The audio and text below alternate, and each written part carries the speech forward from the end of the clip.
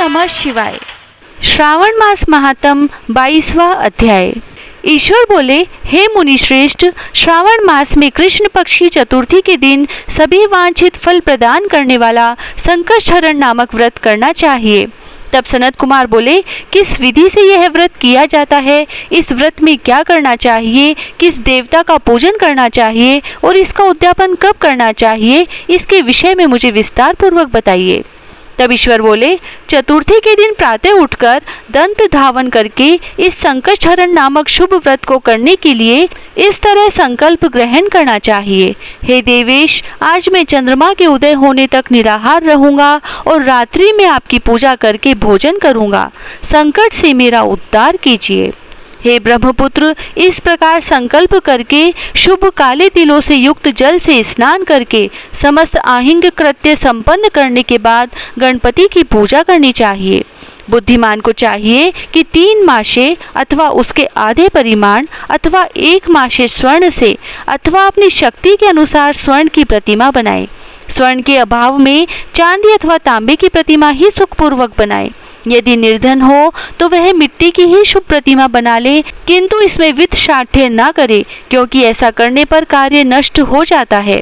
रम्य अष्टदल कमल पर जल से पूर्ण तथा वस्त्र युक्त कलश स्थापित करें और उसके ऊपर पूर्ण पात्र रखकर उसमें वैदिक तथा तांत्रिक मंत्रों के द्वारा 16 उपचारों से देवता की पूजा करें। हे विप्र, तिल युक्त 10 उत्तम मोदक बनाएं, उनमें से 5 मोदक देवता को अर्पित करें और 5 मोदक ब्राह्मण को प्रदान करें।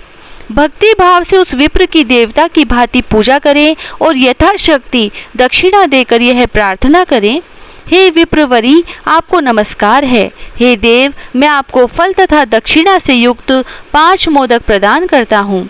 हे द्विज श्रेष्ठ, मेरी विपत्ति को दूर करने के लिए इसे ग्रहण कीजिए।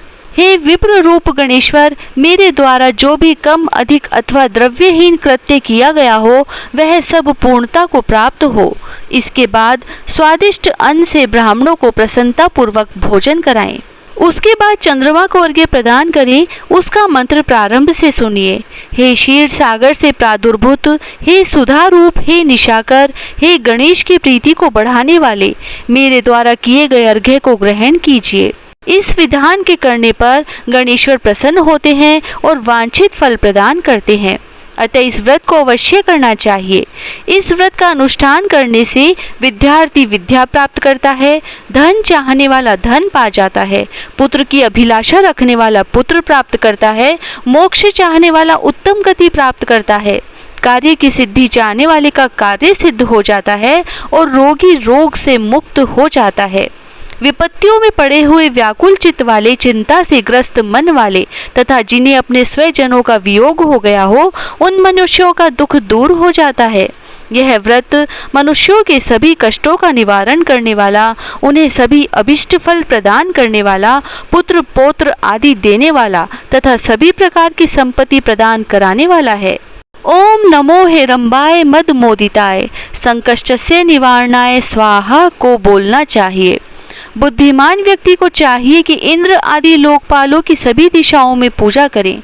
अब मैं मोदकों की दूसरी विधि आपको बताता हूँ। पके हुए मूंग तथा तिलों से युक्त घी में पकाए गए तथा गरी के छोटे छोटे टुकड़ों से मिश्रित मोदक गणेश जी को अर्पित करें। उसके बाद दुर्वा के अंकुर लेकर इन नाम पदों से पृथक पृथक गणेश जी की पूजा करें। उन नामों को मुझसे सुनिए। हे गणाधीप, हे उमापुत्र, हे अघनाशक, हे एक दंत, हे इभ वक्त्र, हे मूषक वाहन, हे विनायक, हे ईश पुत्र, हे सर्व सिद्धि प्रदायक, हे विघ्नराज, हे स्कंदरो, हे सर्व संकष्ट नाशन, हे लंबोदर, हे गणाध्यक्ष, हे गौरांगमल संभव, हे धूमकेतो, हे भालचंद्र, हे सिंदूरासुर मर्दन, हे विधा निधान, हे विकट, हे शूपकर्ण, आपको नमस्कार है। इस प्रकार इन 21 नामों से गणेश जी की पूजा करें। उसके बाद भक्ति से नम्र होकर प्रसन्न बुद्धि से गणेश देवता से इस प्रकार प्रार्थना करें। हे विघ्नराज, आपको नमस्कार है। हे उमापुत्र, हे अघनाशन, जिस उद्देश्य से मैंने यथाशक्ति आज आपका पूजन किया है, उससे प्रसन्न होकर शीघ्र ही मेरे हृदय स्थित मनोरथों को पूर्ण कीजिए। हे प्रभु, मेरे समक्ष उपस्थित विविध प्रकार के समस्त विघ्नों का नाश कीजिए। मैं यहाँ सभी कार्य आपकी ही कृपा से करता हूँ। मेरे शत्रुओं की बुद्धि का नाश कीजिए तथा मित्रों की उन्नति कीजिए। इसके बाद 108 आहुति देकर होम करें।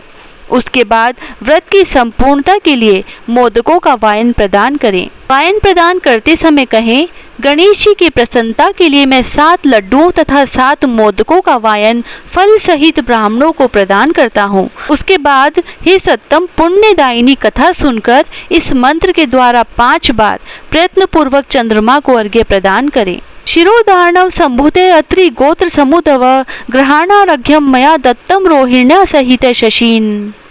क्षीर सागर से उत्पन्न तथा अत्रि गोत्र में उत्पन्न हे चंद्र, रोहिणी सहित आप मेरे द्वारा प्रदत्त अर्घ्य को स्वीकार कीजिए।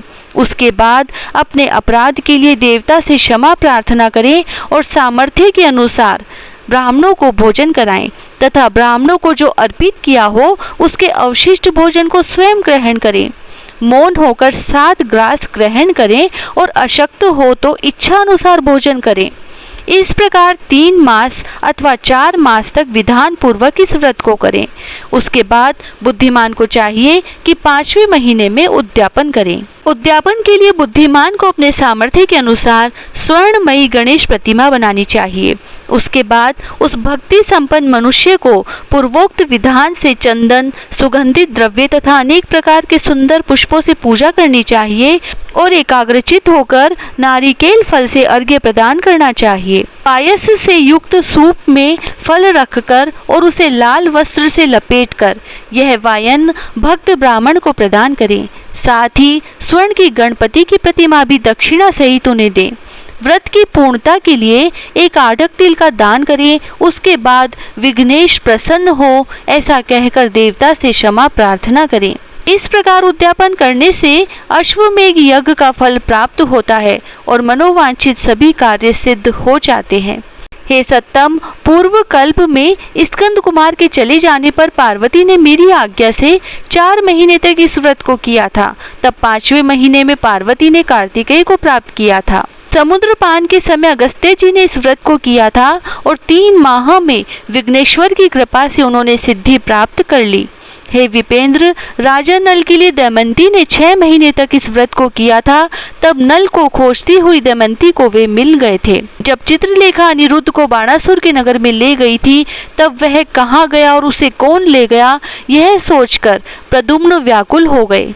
उस समय प्रद्युम्न को पुत्र शोक से पीड़ित देखकर रुक्मणी ने प्रेम पूर्वक उससे कहा, हे पुत्र, मैंने जो व्रत अपने घर में किया था उसे मैं बताती हूँ, उसे ध्यान पूर्वक सुनो। बहुत समय पहले जब राक्षस तुम्हें उठा ले गया था तब तुम्हारे वियोगजन्य दुख के कारण मेरा हृदय विदीर्ण हो गया था। मैं सोचती थी कि मैं अपने पुत्र का अति सुंदर मुख कब देखूंगी। मेरा हृदय विदीर्ण हो जाता था कि कहीं अवस्था साम्य से यह मेरा ही पुत्र तो नहीं। इसी चिंता में व्याकुल हुए मेरे अनेक वर्ष व्यतीत हो गए। तब देव योग से लोमश मुनि मेरे घर आए और उन्होंने सभी चिंताओं को दूर करने वाला संकष्ट चतुर्थी का व्रत मुझे विधि पूर्वक बताया और मैंने 4 महीने तक इस व्रत को किया। उसी के प्रभाव से तुम शंभरासुर को युद्ध में मारकर आ गए थे। अतः हे पुत्र, इस व्रत की विधि जानकर तुम भी इसे करो, इससे तुम्हें पुत्र का पता चल जाएगा। हे विप्र, प्रद्युम्न ने यह व्रत करके गणेश जी को प्रसन्न किया। तब नारद जी से उन्होंने सुना कि अनिरुद्ध बाणासुर के नगर में है। इसके बाद बाणासुर के नगर में जाकर उससे अत्यंत भीषण युद्ध करके और संग्राम में शिव सहित बाणासुर को जीतकर पुत्र वधु सहित अनिरुद्ध को प्रद्युम्न घर लाए थे। हे मुने, इस प्रकार अन्य देवताओं तथा असुरों ने भी विघ्नेश की प्रसन्नता के लिए यह व्रत किया था। हे सनत कुमार, इस व्रत के समान सभी सिद्धियां देने वाला इस लोक में कोई भी व्रत, तप, दान और तीर्थ नहीं है। बहुत कहने से क्या लाभ, इसके तुल्य कार्य सिद्धि करने वाला दूसरा कुछ भी नहीं है। अभक्त, नास्तिक तथा शठ को इस व्रत का उपदेश नहीं करना चाहिए, अपितु पुत्र, शिष्य, श्रद्धालु तथा सज्जन को इसका उपदेश करना चाहिए। हे विप्रशे, हे धर्मिष्ठ, हे विधि नंदन, तुम मेरे प्रिय हो तथा लोकोपकार करने वाले हो, अतः मैंने तुम्हारे लिए इस व्रत का उपदेश किया है। इस प्रकार श्री स्कंद पुराण के अंतर्गत ईश्वर सनत कुमार संवाद में श्रावण मास महात्म्य में चतुर्थी व्रत कथन नामक 22वां अध्याय पूर्ण हुआ। जय श्री राधे।